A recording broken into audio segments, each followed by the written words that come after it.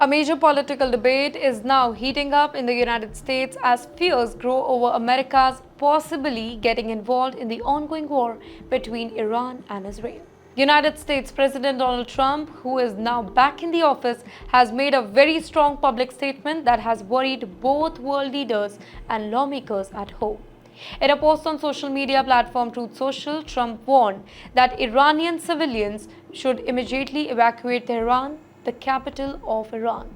He also repeated a message that he's often said before, that Iran can never be allowed to have nuclear weapons.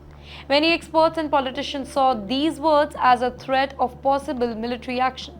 Some are now concerned that Trump might try to take the United States into another war, this time in the Middle East, without Congress's approval. But now voices in Washington, including an Indian American congressman, are stepping in to prevent that. Ro Khanna steps up. Ro Khanna, who is a Democratic congressman from California, has joined hands with the Republican congressman Thomas Massie from Kentucky to stop Trump from acting alone on this issue. Together, they are introducing a war powers resolution, which is a type of law that stops the president from sending US troops into war without getting approval from Congress first. Well, Khanna and Massie may be from opposite political parties, but they agree on one thing. This is not America's war, and the Constitution clearly says that only Congress can declare war, not the president acting on its own. In a social media post, Massie said that this is not our war. If it is, then Congress must decide. He added that they will present the resolution in Congress and invite other lawmakers to support it. Well, in simple terms, Trump cannot just start a war with Iran because he feels that it's necessary. Under the United States Constitution, only Congress has the power to declare a war. Over the years, though, many presidents have used military forces without going through Congress, and some lawmakers now want to put a stop on that. Ro Khanna has always been against these unauthorized wars. He has often said that America should not get involved in foreign conflicts unless it's absolutely necessary, and certainly not without public debates and a vote in the Congress.